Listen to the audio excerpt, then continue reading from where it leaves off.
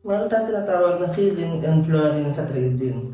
So, ano nga ba yung pag-usapan natin yan? Another forex tips para sa inyo guys. So, pag sinabing ceiling, that will be the resistance area. And kapag sinabi namang flooring, that will be the support area. So, madalas nyo maririnig sa mga coaches, sa mga mentors, no? Na dapat kapag bago ka pa lang, alamin mo kagad kung ano yung basic support and resistance. Kapag ka nagpa-plot ka sa market, kapag ka nag-analyze ka, importante yan support and resistance na yan. So, ano nga ba sa? Kapag sinabing support, that will be the flooring. So, ibig sabihin, ito yung pinakamababang area kung saan nag-bounce yung price. Okay, ng 2 o 3 beses. Kapag sinabi ng resistance, ito yung pinakamataas na area kung saan nag-bounce yung price ng 2 o 3 beses.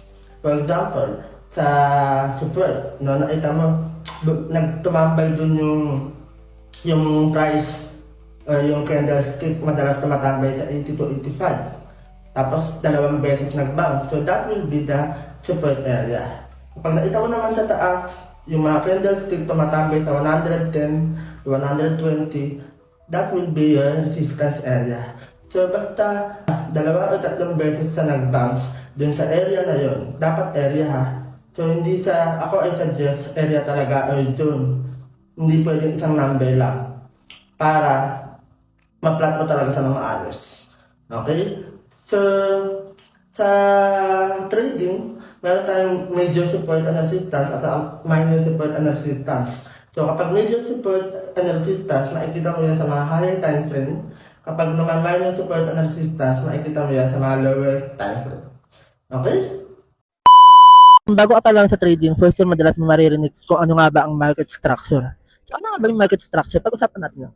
What's up, right, people? So, ang market structure, ito yung galaw ng market. Okay? So, madalas mo talaga maririnig kasi pare-parehas lang naman yan. I mean, kahit anong klase yung i-trade mo na currencies or commodities or even crypto, pare-parehas lang ang structure ng market. So, meron tayong tinatawag na uptrend, downtrend, and ranging or consolidation. Pag sinabing uptrend, ito yung galaw ng market na kung saan, siyempre, maakyat, di ba? Maakyat yung structure niya, maakyat yung price.